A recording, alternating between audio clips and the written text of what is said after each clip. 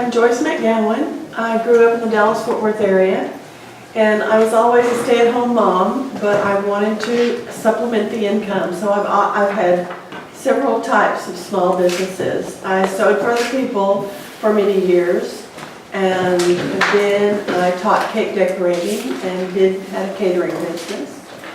And so then when we moved to Austin, I continued to teach cake decorating.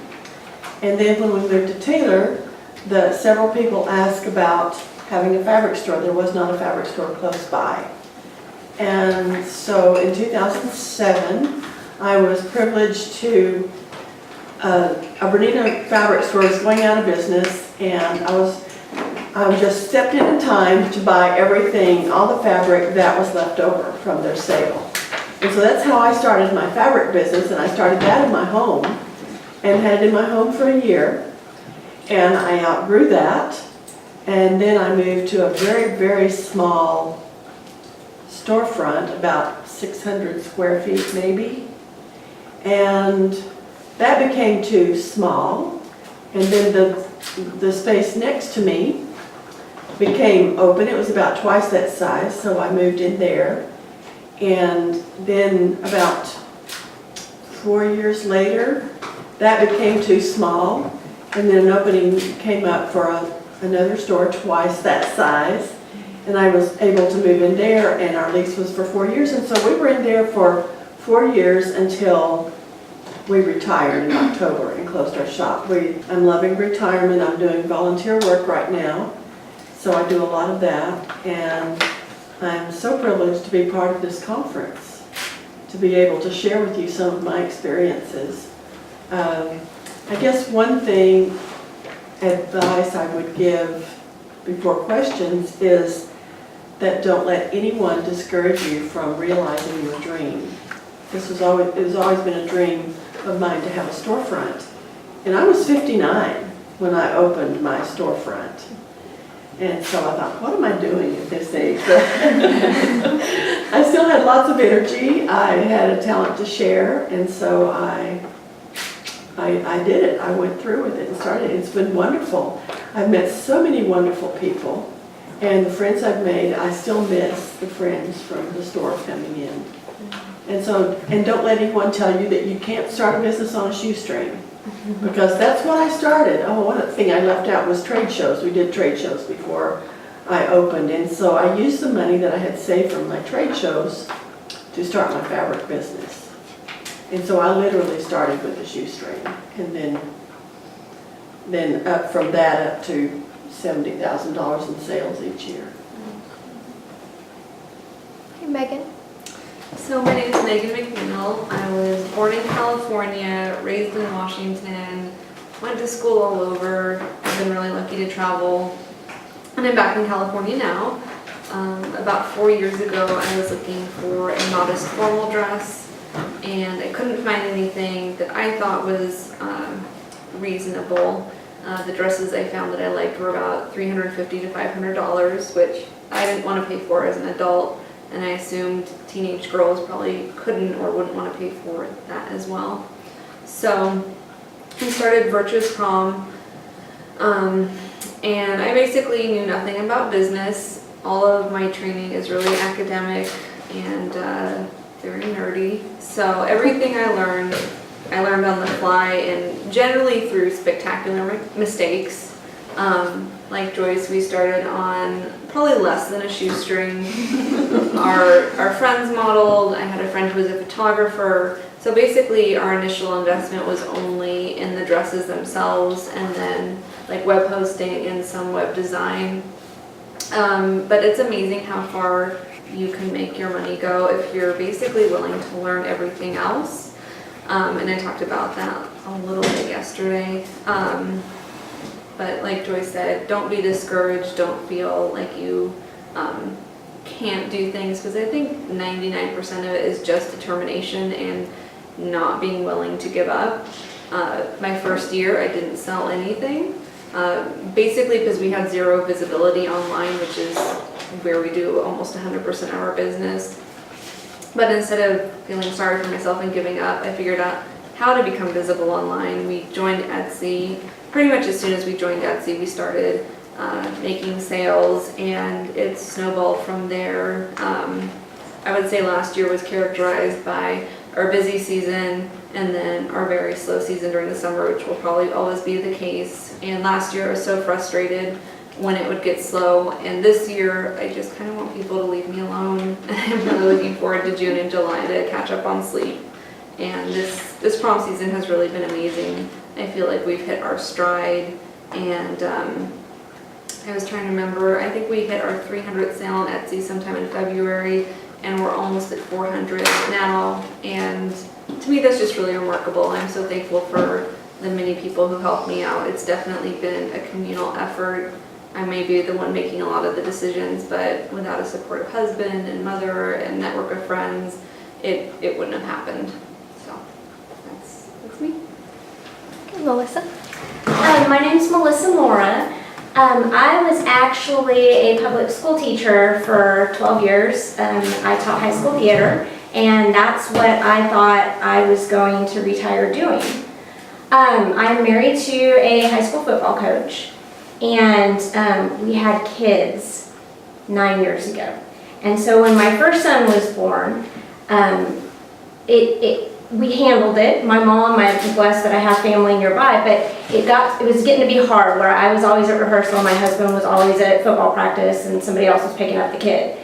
Luckily, I had an employee daycare at the school I was working at, so that was okay. We had our second child, he was at the employee daycare, and then the school finance crisis happened in 2010. So I switched to teaching at a different school in Austin ISD. And at the same time, since I had these little boys, and I've always sewn. My mom, I don't remember not sewing. My mom taught me when I was, she says 3. I just don't remember not knowing how. So I was sewing some clothes for my children, but there were things I wanted. Like I really wanted a blazer for my younger son, and I couldn't find one in the stores. I couldn't find a pattern for one for an 18-month-old. So I ended up drafting it myself, relying on kind of my costume and theater background for that. And there were a lot of little clothes things like that. So then while I'm teaching at this school where I had more time, because it was a middle school and I wasn't always at rehearsal anymore, I started a blog. And then that sort of accidentally led to having a business. It wasn't exactly my plan to begin with, but that year I was teaching at that school. It was a very challenging school to teach at, and I was pretty unhappy. It still wasn't working that, our kids were at daycare all day. And since we didn't have the employee daycare, it was not a good situation. Like I ended up pulling my youngest son out of that daycare, and thank goodness for family, my sister-in-law took care of him and her newborn for a little while because the situation just wasn't good. So that blog led to, I put this blazer pattern that I had made on my blog, and then people started buying it. And then, that summer I looked through the budget again, and I was talking with my husband. I was like, well, if I do this full-time instead, and we pull the kids out of daycare, and this is sort of selling, but I think I could sell more if I was devoting more time to this. Let's give it a try just for a year. We have the budget, if we budget really carefully, to try this out. And that's how I got my business. It's grown from there. That was 5 years ago. And I have a network of freelance employees now, and it does better than I could have ever imagined, and has brought more opportunities than I ever could have imagined. What is it like doing taxes as a business owner, and how do you manage record keeping? Who would like to start? I put a tip on the sheet that got handed out there. Most of my sales are online, although at this point some of my income is generated through actual physical sales, but they still come in mostly online. So there's a record keeping program that I use. It used to be called Outright, and now it's called GoDaddy Bookkeeping. And it pulls, if you're doing online sales, it pulls all your PayPal sales. You connect it to your PayPal account. And then I import my bank statements each month. And so it'll have all of that information on it, and that makes taxes so much easier because all I have to do is go through once a month, and anything that hasn't automatically categorized for me, I have to go in and like categorize those things. Was it a business expense or was it, but like all the sales, it has already categorized. And so then at the end of the year, the reports that need to be done, I'd be able to generate those. And then I hired an accountant. She was the first person I hired to help with business, and so I send all of that to her, and she then does the taxes. I did it 1 year by myself, and that was, she's worth every penny, and she's not even that expensive to have her services. This past year was the first year we had to file taxes, and I was a little overwhelmed, but it actually probably took me less than 8 hours. And the way we're set up financially is we get paid through Etsy, and that goes into a bank account, and then we're also paid on PayPal through our website. And so those are our two revenue streams we basically never sell in person. And then most of our wholesale purchasing is through PayPal. And for like running to Joann's and things like that, I just keep the receipts. I usually have like 5 shoved in my wallet, and then when my wallet won't close, I'll put them into a folder. So for me, doing my taxes was just adding up all of our revenue and then basically taking out our costs. So our Etsy bill came out, I highlighted all of the wholesale costs that came out, and then because we use part of our house for storage, and I touched on this last night, I had to figure out the square footage of the house that was devoted towards the business, which was 23%. So all of our rent, 23% of it became a business expense. 23% of our electricity bill, gas, water, whole 9 yards, our internet, my phone usage, that all became a write-off. So that's how I did my taxes. I thought it was going to be really scary, and it wasn't. We hired a man to do our taxes as a couple, and I don't think he charged that much more for our taxes. On the business side, maybe 100, 150, but that was worth it, and it made it a lot less stressful to have someone who understands the tax codes handling all of that, and it was a good experience. So. Well, I've always been a meticulous record keeper, and so when I started my business, I had no problem keeping records because I've just always done that. I've always handled all the finances in our house, and so that was not a problem for me. And one thing that has not come up is sales tax, which if you're selling, then you will have to pay sales tax. And what I did for that, to keep that separate, and there's numerous ways to do it, but this is the way I did it. So for sales tax, I took all of my big bills out of my cash register every day, 50s, 100s.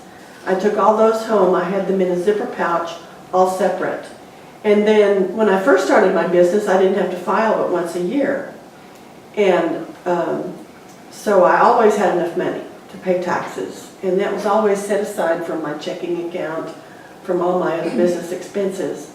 And then I had to pay quarterly. And then once you cross another, line, I had to pay monthly. But I never had to dip into my checking account to pay taxes. I always had enough set aside to pay taxes, either quarterly or once a month.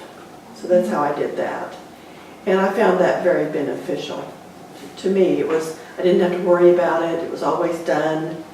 Now, as for taxes for my income taxes for my business, my husband has always done our taxes. And so he started doing taxes for my business. And I sort of did the same thing with my checking account, and I always printed out the statement each month because they don't mail them to me anymore. And I always paid all my bills with either a check or my debit card. So it was all there. And so then at the end of the year, when my husband did taxes, it was easy. And then when I had my business in my home, I did the same thing as Megan did. Took that part of the house, and that was income I could write off. And also when we had any classes, or we went to market, or went out to dinner and talked about business, that was written off. So I kept all of my receipts, every receipt for everything, so I would have it written in case we were audited. And then the last 2 years, when we got larger, we decided to hand it over to the CPA. And we did that. They've never had a problem with doing our taxes. Yeah. I want to add a couple other tips. So that software that I mentioned, one of the things it does is it actually pulls out like my PayPal fees, my Etsy fees, things like that, and it's already categorized, so I don't have to do that. But the basic taxes you have to pay grow as your business grows. Because I started from like $0 with mine. Like I literally had a free trial of Adobe Illustrator that I was learning to use so that I could draft this pattern digitally to put it on my blog.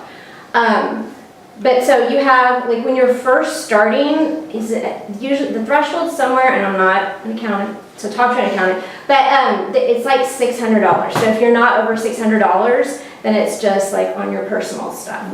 But then in the state of Texas, after that, or if you're selling to anyone in the state of Texas, you have to collect taxes for the state of Texas, Right. which is, they have it as an online system. It's not hard to fill out, and when you first register with them, you have to file quarterly. And then like once you've got like good payment history with them, like now I only have to do that once a year, so it's an annual one.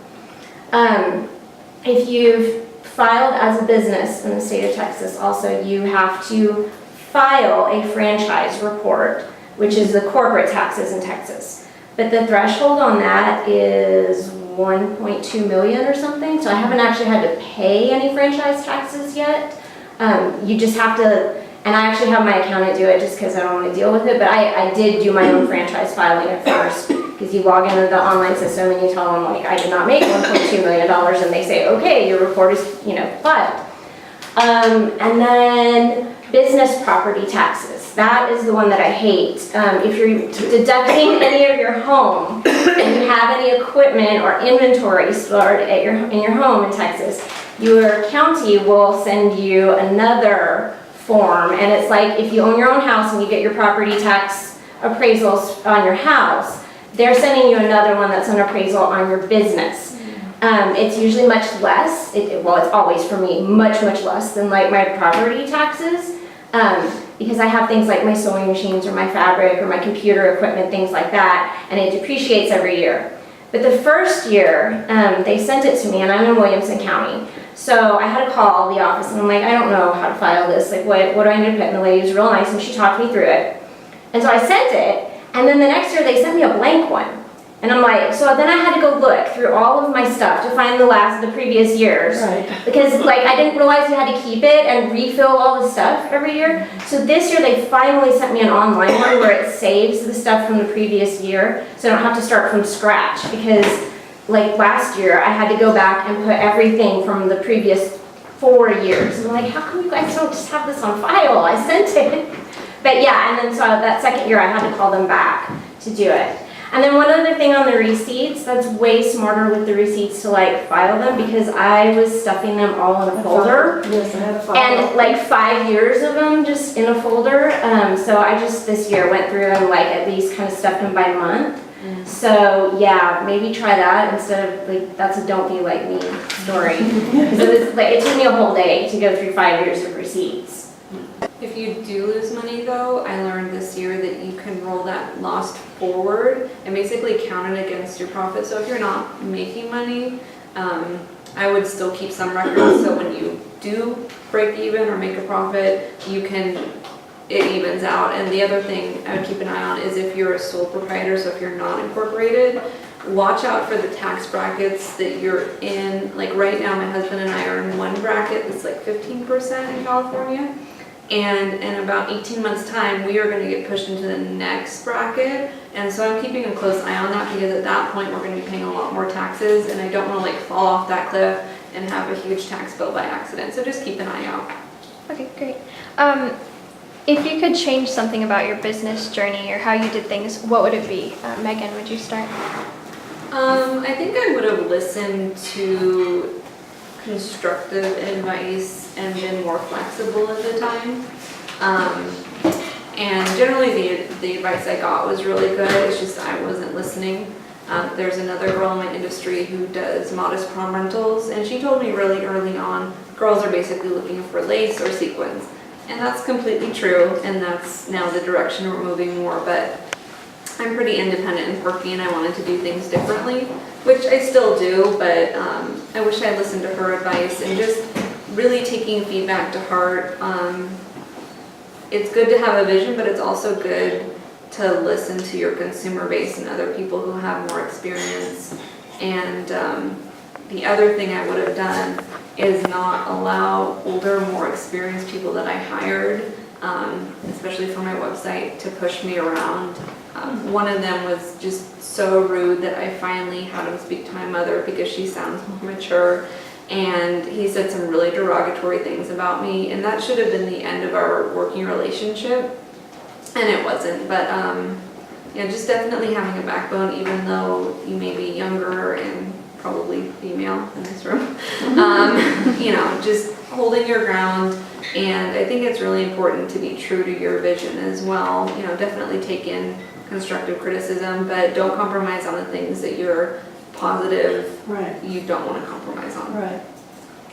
I sort of feel the same way Megan does about letting people push me around, because I had one lady that worked for me that did try to push me around and tell me how to run my business. And fortunately, I did not listen to her, but if I was doing that over again, I would have dismissed her right away. So that's what I would have done differently. The other aspects of my business, I don't have any regrets, but that was one that I should have nipped in the bud. Melissa?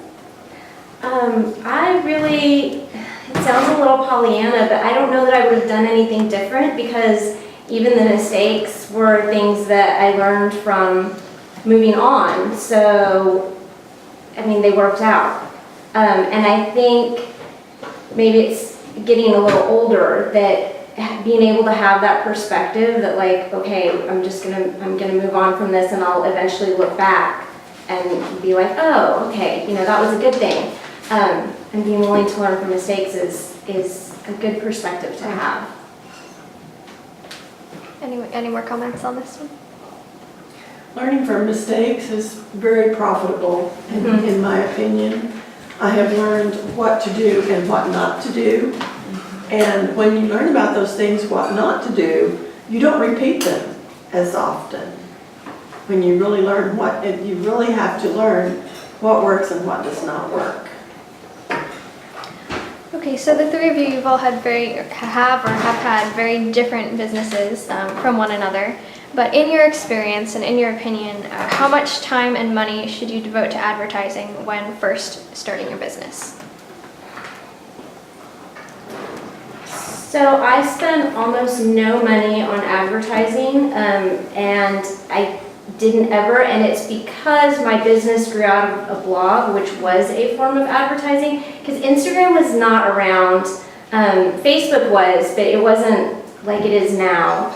So I use those channels now to promote things, but at the time, like, if you wanted to promote things, if you got on Etsy and in the forums, people were like, well, you need to have a blog. So it's weird to say, like, I don't spend money on advertising, but then if you consider social media and blogs and things like that advertising, then I spend, like 80% of my time on that. So I'm paying for it in time, not money. Yeah, I would agree. I hate paying for like pay-per-click ads on Facebook and Google, because people click once, they maybe spend 10 seconds on your site and then are gone. But in terms of social media, I try to post probably 4 to 5 times a week. And that said, I don't post unless I feel like I have something meaningful to contribute, because if you're not posting new, fresh content, I think that's when your user base gets bored and unfollows you. But my favorite form of advertising is fashion bloggers, because they take your product, they feature it, and then that blog post doesn't disappear. And when you have a website, having a modest or a fashion blogger feature your clothing and giving you a backlink is a great way to boost your visibility on your website. And that's probably the best form of advertising I invest in now is backlinks. This past month, I paid a firm to give me more backlinks. I hated paying them, but it was worth it. But I'd much rather, give a product to a blogger and have it be more organic, as opposed to paying a firm to do it that way.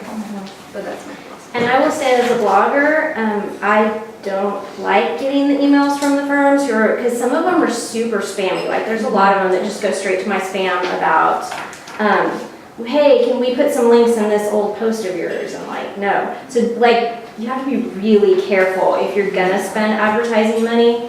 And I always think it's kind of better to find another solopreneur and like give them the link. Since we started on a shoestring and we were watching every penny, I could not pay for advertising to start with. So what we did when we started was we went to every business. Of course, we live in a small town, so it was easy to do. But we went to every business passing out flyers, and I did it on lime green paper so no one could miss it, or bright pink paper so no one could miss these. And all the beauty salons, every business that would let us put in flyers, we did that. And that paid off. That told people, here we are, we're in Taylor, we're open for business, and so that generated a lot of business. Then I started, which was not as productive as the flyers, was putting an ad in the newspaper. And I don't recommend that because it costs a lot of money and does not get the business that you need. What we did do that brought in a lot of business was the website. We started a website, and I found one for $50 a month, which that was in my budget. I could afford that. And so then as customers started coming in my mission statement, one of the criteria was to learn every customer's name. And I did that. I learned everybody's name. I knew what they wanted. I knew what their tastes were, And so that was my main form of advertising. Word of mouth is the best advertising ever. And so I tried a radio ad for our Mayfest. That worked somewhat, but I found out that the free advertising, the website, online, was the best advertising I could do. Okay, thank you. So don't spend a lot. What things could a teenage seamstress be doing now to help prepare for a business someday? Megan, would you like to start? I would say probably learning how to photograph is probably one of the greatest skills you can have. Because good photographs will get pinned and retweeted and shared and all of that good stuff. And that's something that I don't feel like you'll ever finish learning. So if you start young, like I just got a camera this year and it was the best decision I made in my business because I don't have to worry about budgeting for a photographer. It gives me more flexibility in scheduling, and it gives me greater creative control. One of the things we really struggled with was just getting bad photographs for the first few years and not showing the product. And so that's part of the reason why I took over is I knew what I wanted to show, what girls needed to see, and that's been really, really helpful. So I'd say get a good camera or even start on your phone, play around with different angles, learn more about composition and things like that. And then also start developing a good base of people, other bloggers that you admire, pay attention to what works for them, and just sort of mingle online. I think networking is kind of a dirty word, but if you can go out there and make friends and have people know who you are, there's a couple bloggers out there that I've met online, but we have a good relationship, and we're starting to sell like new summer dresses, and I legitimately want to give them to the people I sort of know because I like them, and it's not like if they feature it, that's great, and if they don't, that's fine too, but I just want to bless them because they've been great to us and I admire their style. So if you can do that organically as opposed to like imposing your business on other people, I think that's a healthy thing to do. Yeah, I think especially with online sales, finding friends is important because then they will promote stuff just because they like you. And then you do the same for them. And I think also learning the attitude of just because she's doing well doesn't mean I can't. Like, there's a huge ocean of, There's room for everyone. there's room for everyone, and I think that sometimes society tries to make us think that it's like a pie, and so like if she has this slice, then that only leaves that much pie for me, and that's not the case at all. It's more like the rising tide lifts all boats, that, you know, if she's doing great and we're friends and, you know, I'm happy for her, and that doesn't reflect at all on me or what I can be able to do. And I've been really lucky to have some good online friends too that help promote things, but they're able to do it in a way that also feels organic, that it's, you know, here's my friend and here's this thing. And my comment is, learn everything you can. It's what has brought me to where I am now, and of course, I'm safe to say I'm older than anybody else in this room. And when I started, way back when I had my small business, it was before Facebook and before the internet, and you know, before all the wonderful technologies that we have today. But I learned everything I could. I took classes on every method of sewing that I could take.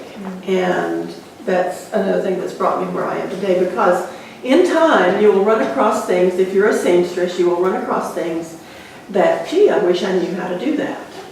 And so if you take classes at every opportunity, you can learn all those things on the way, and that will be a great benefit to you later on.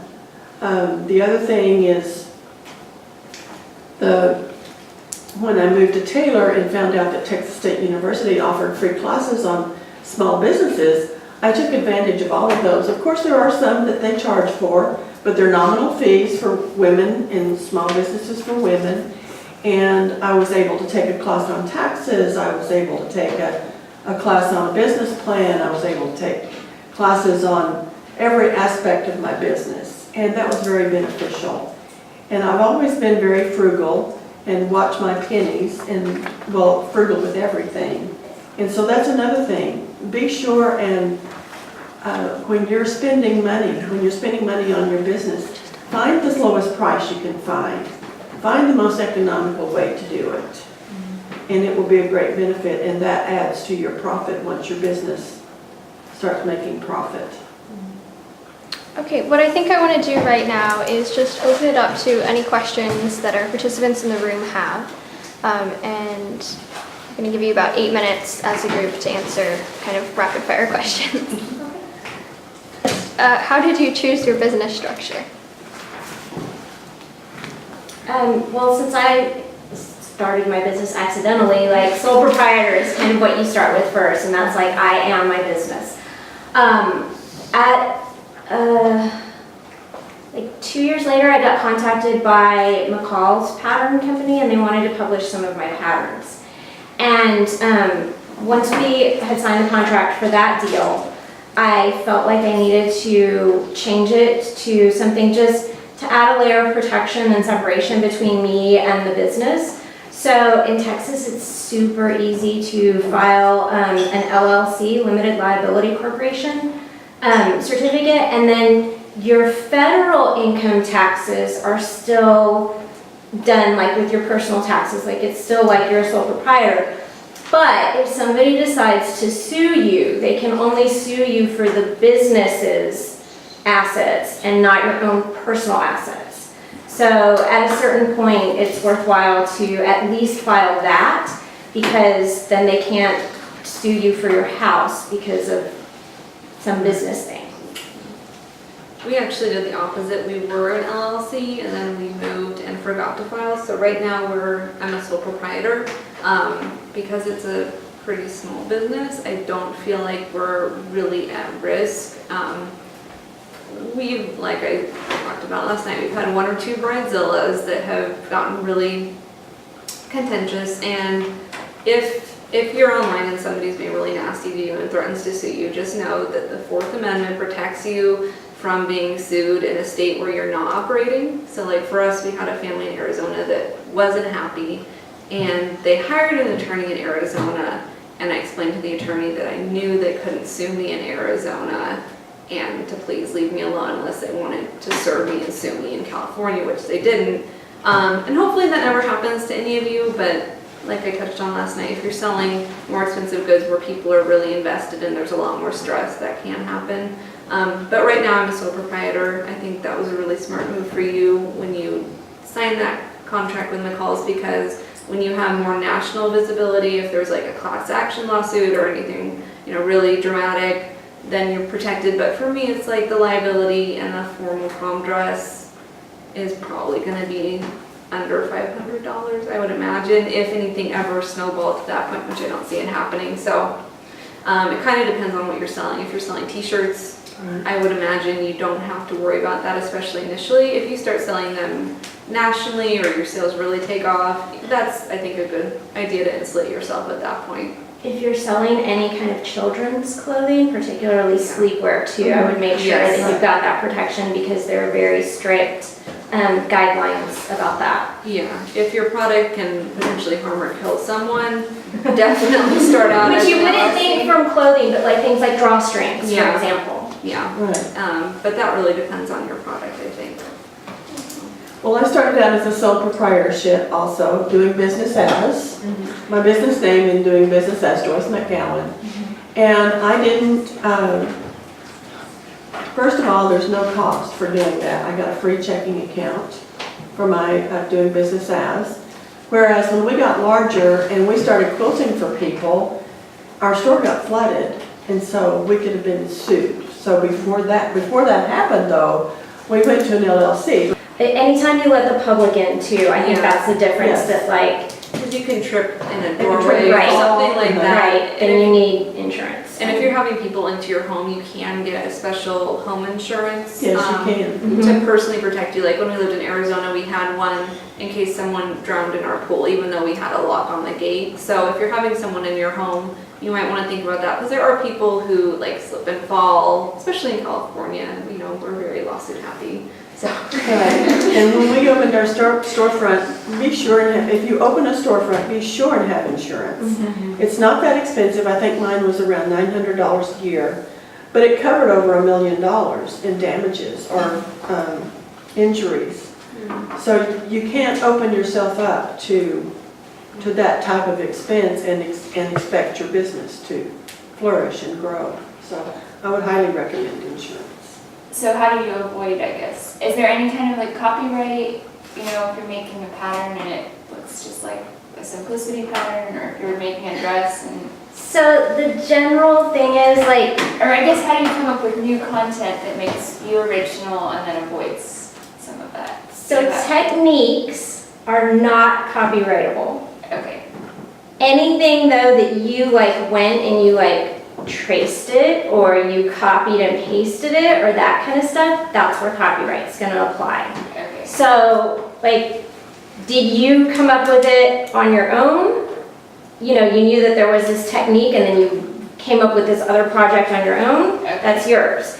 If you like, and I've had this happen to me and it doesn't feel good, and I think just kind of like put yourself in the other person's shoes. If it was your work, would you feel okay about somebody using it this way? I think it's really just like, think about how you would feel if somebody was using your work. Okay.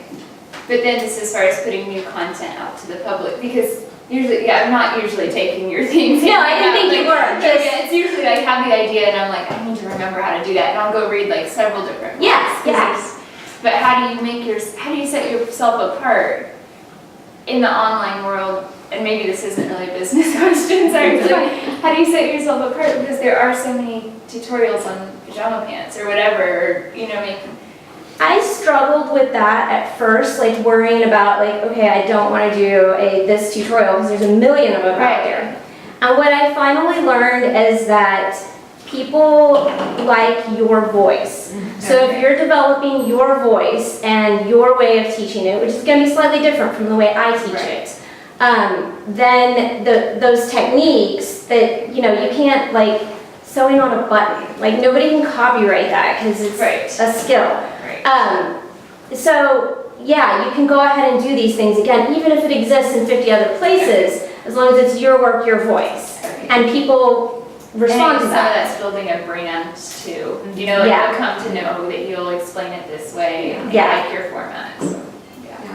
I also think Melissa had touched on something really important. She said that she doesn't do video tutorials. I do, Oh, but you like do? there are some Okay. that I don't have stuff for. That sort of ties in with not feeling like you have to do everything all the time. You can pick and choose and don't feel like you have to be stressed out and implement everything we've talked about and like you have a million things to do. You can pick and choose, and starting out you didn't do video tutorials, right? No, starting out, I just wrote blog posts, and I really think, like, just do one thing at a time. Get good at that one thing, and then you can add something else to that. Yeah, don't try to run in every direction. Right. Just choose one and then the other ones will come along. So in 30 seconds, closing remarks from each of you. Be willing to put in time. Like, that is the greatest resource you have, is time that you're willing to spend on it, and that is what separates people who end up being successful business owners from people who don't, and it's the time and the effort and the willingness to like bootstrap. I think having a good work ethic is the best skill set, especially for those of you who are still in high school or college. You know, if you work hard in other areas, it will spill over. Yes. My husband was home with me and he was watching me work from home. He's like, wow, you work really hard. It's like, well, I don't know how to work another way because throughout school, that's the way I worked and that's just who I am now. So.